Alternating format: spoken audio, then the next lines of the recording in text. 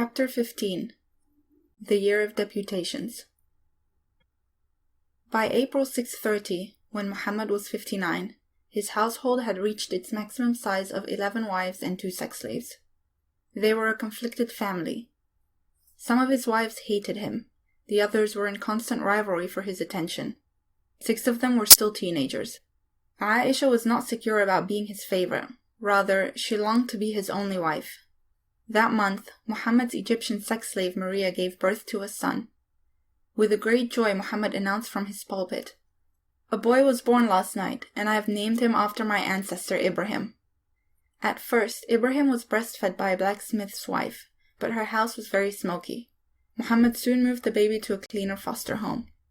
The proud father was frequently hurried off on impulse to the foster mother's house, pulled Ibrahim from a feeding, embraced him, and left again. Most people agreed that the child was healthy and handsome. Only the jealous Aisha asserted that he was no different from any other baby, for any child would grow strong if he drank that much milk. It was very difficult for Muhammad's wives, for, as Aisha said, children were denied to us.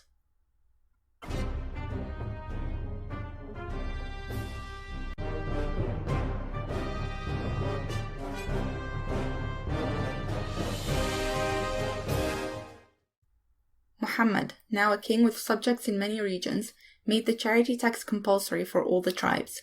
He sent out his tax collectors to the ends of his domains.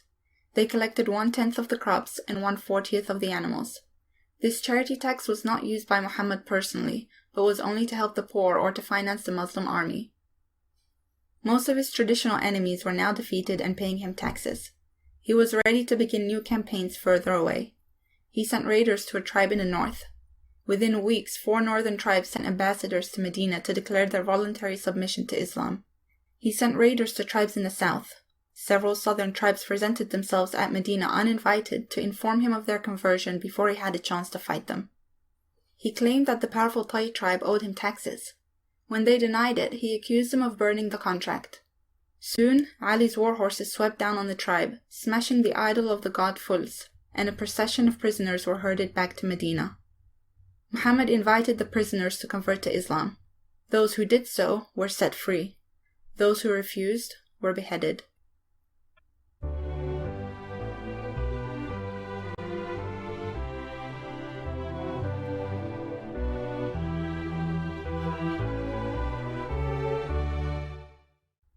"60 Christians from Najran, Yemen, entered the mosque and Muhammad invited them to embrace Islam. He argued that if they would only read their Bibles, they would find that it foretold his coming and that they must follow him. He warned them that they had rebelled against Allah by believing he had a son, worshipping the cross, and eating pork. The Christians kept it polite. They argued for Jesus being God from the Bible that Muhammad had never read. At first, he could not think of any way to answer them. Then Gabriel brought a long list of corrections to their theology. And their saying, 'Surely we have killed the Messiah, Jesus, son of Mary, the messenger of Allah. And they did not kill him, nor did they crucify him, but it appeared to them so. They killed him not for sure.' When the Christians refused to convert, Muhammad agreed to make peace with Najran if they would pay him an annual super tax, jizya, of 50 pounds per head.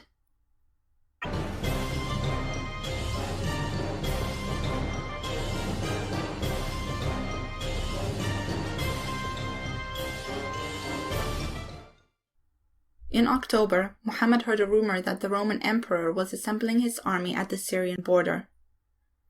He summoned his warriors from all the tribes of Arabia for a huge defensive effort. Tribes outside Medina obeyed his call, and Muhammad eventually gathered 30,000 men and 10,000 horses. At the first halt on their march, Abdullah, the once powerful lion chief, decided that he did not want to fight the Romans. As the rest of the army pushed northward in the scorching heat, one man after another dropped behind. They marched as far as Tabuk, a town in northern Arabia. There Muhammad learned that the rumor had been false. There was no Roman army on the Syrian border. The emperor had no intention of attacking Arabia. Muhammad's largest army yet had trudged through the wilderness for no reason at all. Never one to waste a journey, Muhammad sent Khalid's horsemen to attack Dumata Jandal. Although Muhammad had partly conquered the city 3 years earlier, and the Kalb tribe was paying him taxes, other tribes lived there too, A Christian sub-tribe of Kinda owned a fortress there, and Khalid's task was to conquer it. He achieved this by ambushing a hunting party, capturing their chief, then promising not to kill him if he would lead the army into the fortress. The chief surrendered, and Khalid walked in. Soon the fortress belonged to the Islamic State.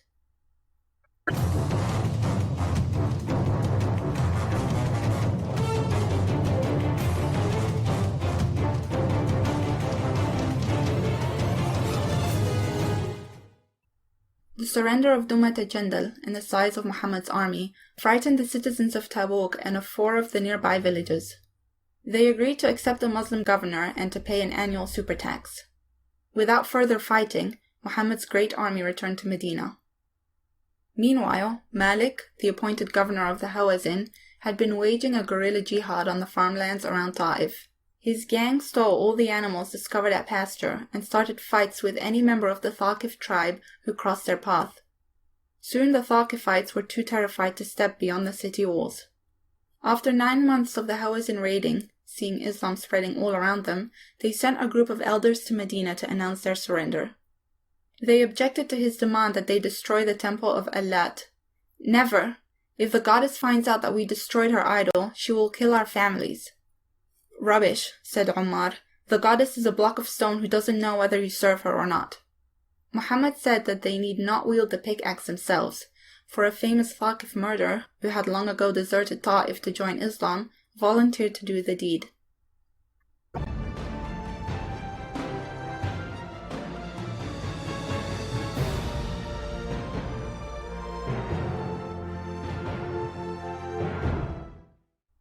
Once Ta'if had surrendered, there was a chain reaction all through Arabia.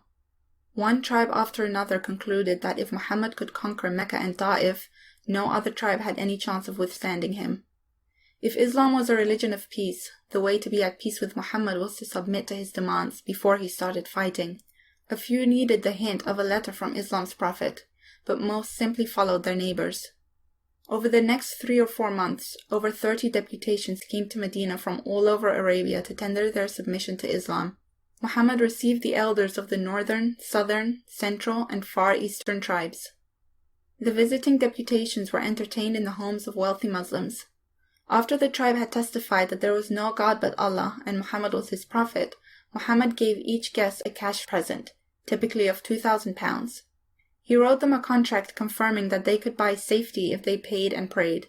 As he admitted, "There is disaster for one who disbelieves me, and prosperity for one who believes in me and fights for me." This was Muhammad's treaty with the conquered tribes. 1.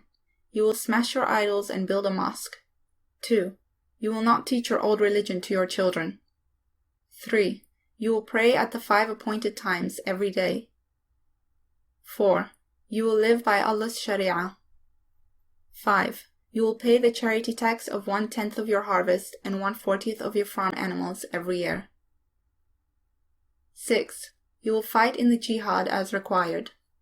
7. You will pay 1/5 of your war booty to Muhammad. If you do all this, you will be safe from Muhammad's army. Your person and property will not be attacked. Muhammad often appointed the existing chief as the Muslim governor, and often he made the tribe a grant of their existing land. There were no mistakes about his requirements, for he sent them home with a tax collector and a Quran teacher. Muhammad granted special rights to groups with only one God. Although he now hated the Jews, it was too late to change his original claims about their special status, and he had no direct quarrel with the Christians. He therefore allowed that if they obeyed his orders and paid him super tax of 50 pounds per head, in addition to the ordinary tax of 1/10 of their harvests, they could keep their religion, places of worship, land, property, and lives.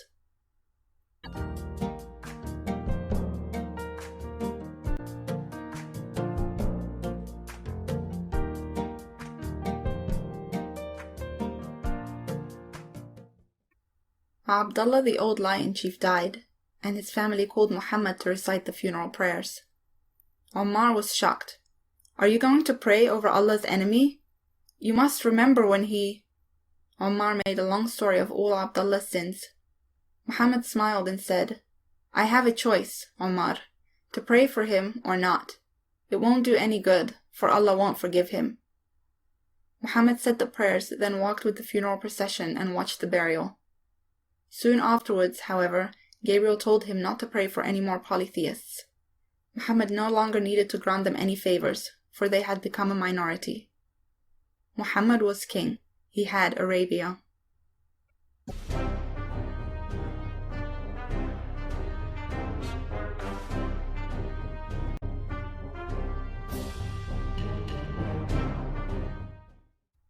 In March 631, Muhammad sent Abu Bakr to Mecca to supervise the great pilgrimage rituals at the Kaaba. Arabs from all over Arabia circled the Kaaba, ran between the two hills, threw pebbles at the pillar, and slaughtered their sacrifices, just as they always had. On Slaughter Day, Ali stood up to read a new prophecy that Muhammad had entrusted to him. Allah declares that He has cancelled Muhammad's promise that polytheists might visit the Kaaba freely. Polytheists are forbidden to make the pilgrimage again. Allah grants them 4 more months to return home. Allah will bring disgrace and painful punishments to non-Muslims, and no non-Muslim will go to heaven. If a Muslim found a polytheist in Mecca after the 20th of July, then slay the idolaters wherever you find them, and take them captives and besiege them, and lie in wait for them in every ambush. The polytheist's only escape was to turn to Islam, pray and pay, for Allah was kind and merciful. If they can't even enter Mecca, complained the citizens, we'll lose our markets, trade will be destroyed, and we'll have to take a cut in our standard of living. Fortunately, Allah had anticipated the loss of trade. The Jews and Christians would pay. The Muslims would fight the people of the book, who could then keep their faith if they paid the super tax to the Islamic State. If you fear poverty, then Allah will enrich you out of His grace if He please. Surely Allah is knowing, wise.